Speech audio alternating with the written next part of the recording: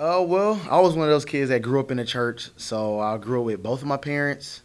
Lucky enough, had a big family, and we was always in church. And we grew up. So as a young kid, I knew a lot about church things. I heard the word all the time, every Sunday. And when I got to high school, I went to a thing called FCA, Fellowship of Christian Athletes, and I kind of grew in that, and I can continue to go, and I enjoy hearing about the word. But it wasn't until college where I realized that it was a personal thing.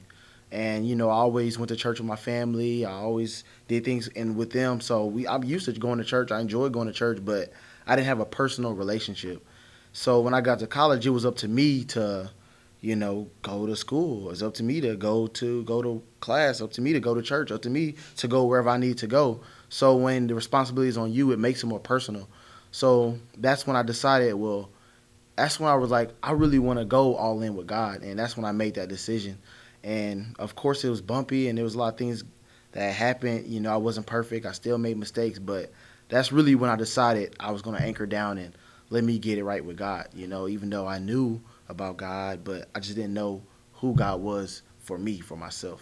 I went to, I guess, a thing called Release, and just really being around campus, seeing that there are young kids, young people on fire for God. Like we all have a perception of how we see God or how we see people that live for God, or a perception of Christians. What we think a Christian is. So I actually saw kids. I saw people my age going hard for God, like really living for God and wanting to heal people and wanting to change the world. And that was new to me. I always thought, being a Christian is getting up on Sunday, maybe having a little Bible study or singing in a choir, just being active in church, but not really just making a difference, not really making a change, not really being like Christ, living like he wants us to live. So actually seeing that and interacting with them really changed me and made me want to do more and be more active and want to change the world. Well, my group is really what keeps me now, because it's a lot of times where I want to do things that my flesh wants to do. It's I want to go out and hang out with different people that I know I shouldn't be hanging out with, and my group keeps me accountable. They're always there, so I know, okay, if I make a mistake, they're gonna say something. If I go out and do something I'm not supposed to do, they're gonna be there to talk to me about it.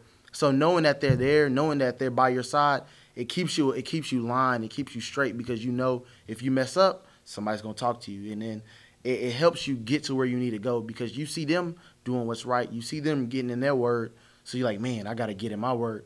And when you see somebody else going up, you want to move up with them.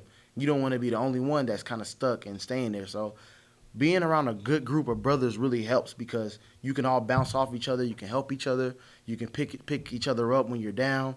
So that's really what helps me and keeps me in line, keeps me focused, and knowing that, okay, if I do this, I know somebody's watching me. I know I gotta make sure I'm straight. I make sure I'm doing what I need to do, so I can be an example to other people.